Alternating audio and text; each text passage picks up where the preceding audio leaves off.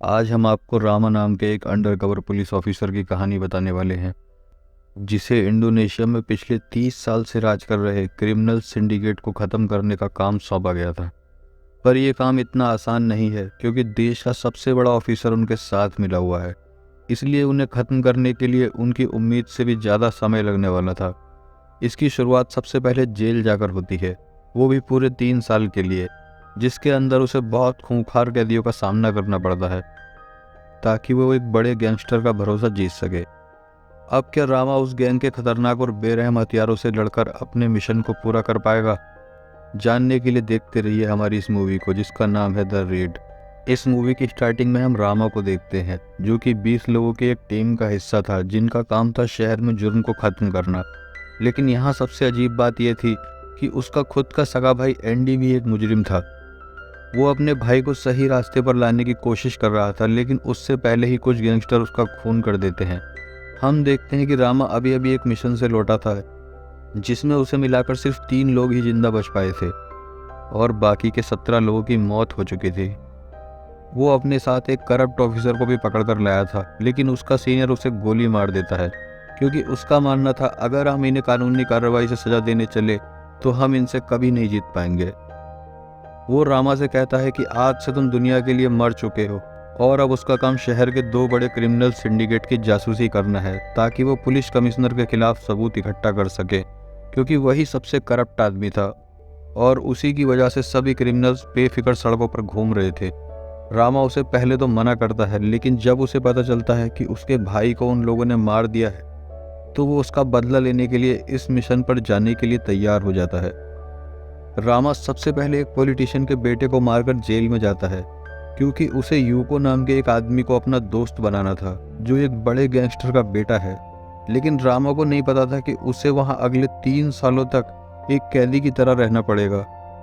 Jail के अंदर आए दिन वहां के कैदी उस पर हमला किया करते थे, लेकिन रामा के सामने चाहे एक आदमी हो या फिर वो सब, वो उन्हें बुरी तरह से मारा करता था। धीरे धीरे यूको उसे नोटिस करने लगा था और एक दिन वो उसे अपनी गैंग में शामिल होने का ऑफर देता है।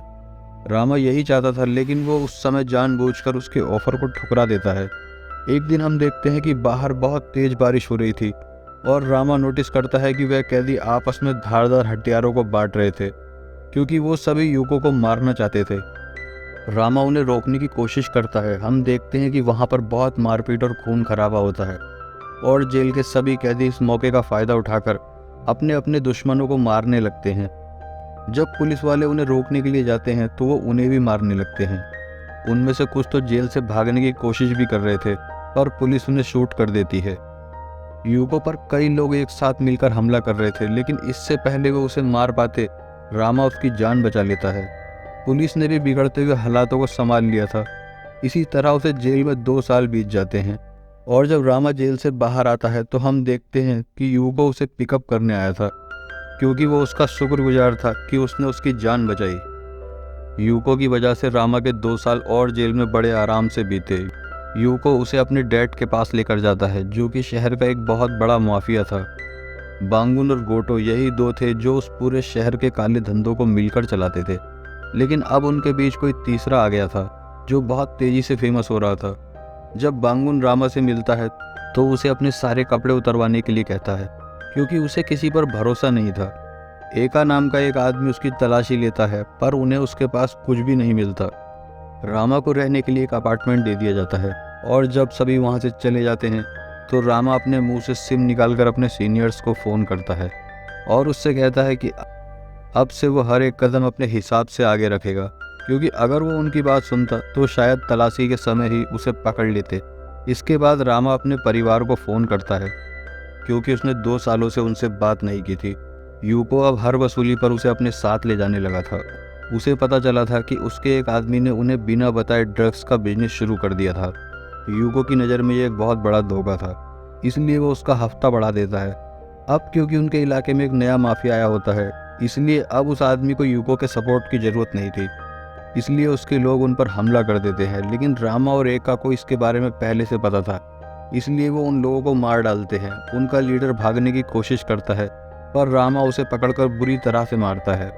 वहाँ से यूको ने बैग भरकर पैसे लूटे थे। उसके डैड ये देखकर बहुत खुश थे, क्योंकि अब उनके खिलाफ खड़े होने वालों में उनका खौफ रहेगा। यूको अपने डैड से कहता है कि अब वो और भी बड़ी जिम्मेदारियों को संभालना चाहता है, पर उसके डैड उसे कहते हैं कि जब वो इस लायक हो जाएगा तब उसे पता चल जाएगा। उसके डैड को उस पर भरोसा नहीं था कि वो बिजनेस को संभाल सकेगा। इसी वजह से यूको उससे बहुत नाराज रहता था। एक दिन रामा और यूको मिलकर शराब पी रहे थे। इसी मौके का फ़ायदा उठाकर रामा उसके वॉलेट में एक माइक्रोफोन डाल देता है ताकि वो उसकी जासूसी कर सके। वो जहाँ भी जाता रामा उस पर नज़र रखता। यूको उस माफिया से बात किया करता था जो उसके डैड और गोटो के बिजनेस में घुसने की कोशिश कर रहा था। इस आदमी का नाम बेजो है और वो अक्सर उसे ये कहकर भड़काता रहता था कि उसके सारे फैसले उसके डैड लेते हैं और वो एक बच्चे की तरह हमेशा उनकी उंगली पकड़कर चलता रहता है।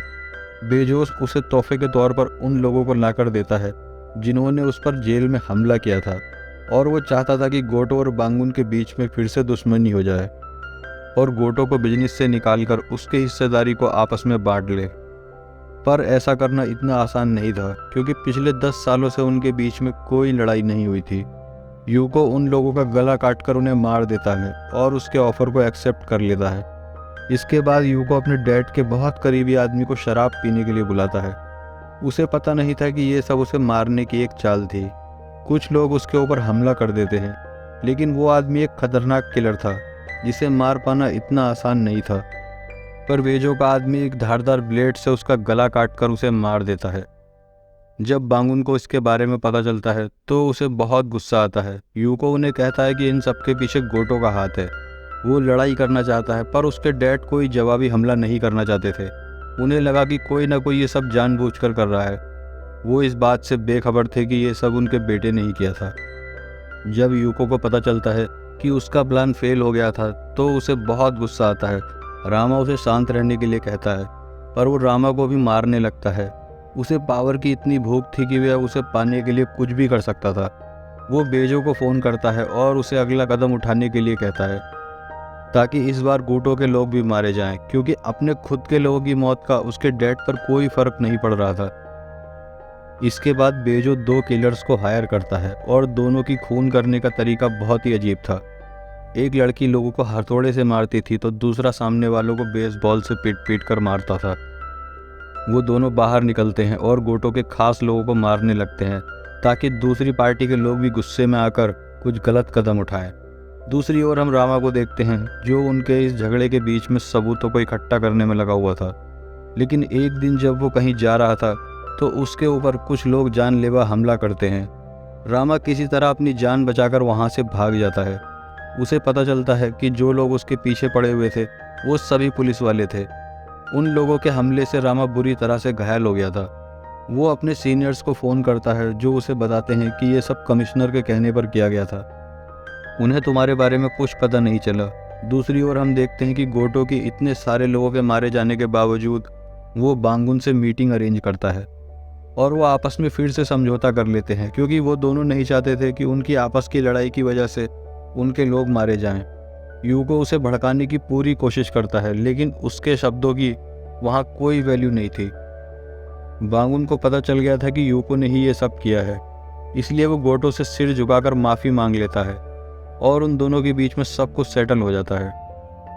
और वापस आने के बाद वो यूको को बहुत मारता है क्योंकि उसने बहुत बड़ी बेवकूफ़ी की थी।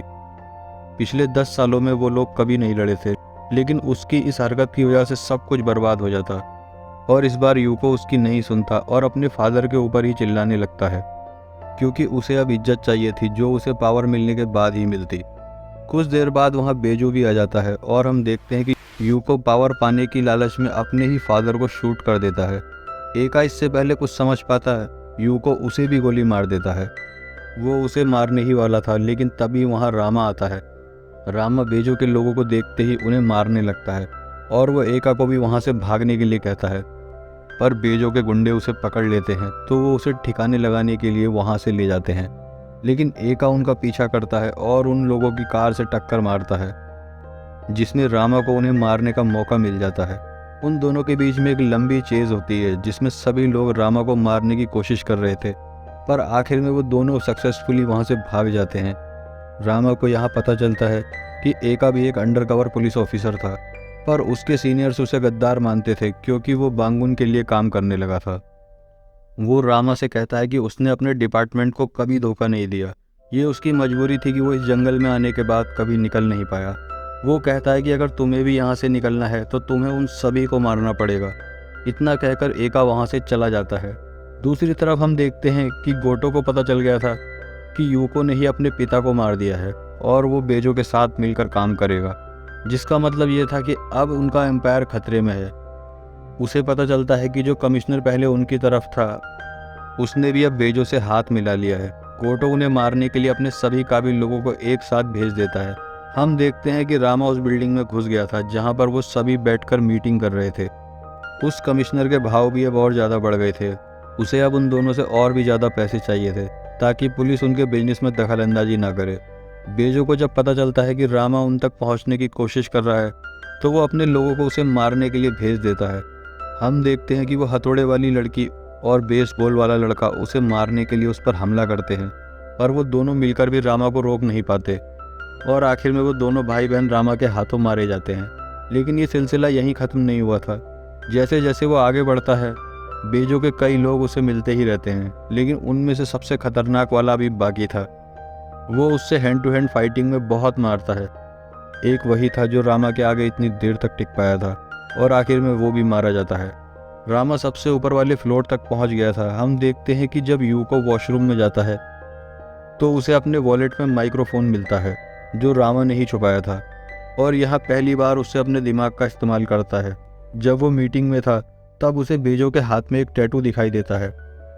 ऐसा सेम टैटू उन लोगों के हाथ में भी था जिन्होंने जेल में उसके ऊपर हमला किया था। अब वो समझ जाता है कि वो बेजो के ही आदमी थे और ये सब उसे फंसाने की एक चाल थी जिसमें वो बड़ी आसानी से फंस गया था। उसके पापा उसे ऐसे ही बेवकूफ़ नहीं समझते थे। जब बेजो को पता चलता है कि रामा उन तक पहुंच गया है तो वो उसे एक बंदूक देता है, लेकिन यूको उससे कमिश्नर को ही शूट कर देता है। इससे पहले वो कुछ समझ पाता यूको उसे भी मार देता है।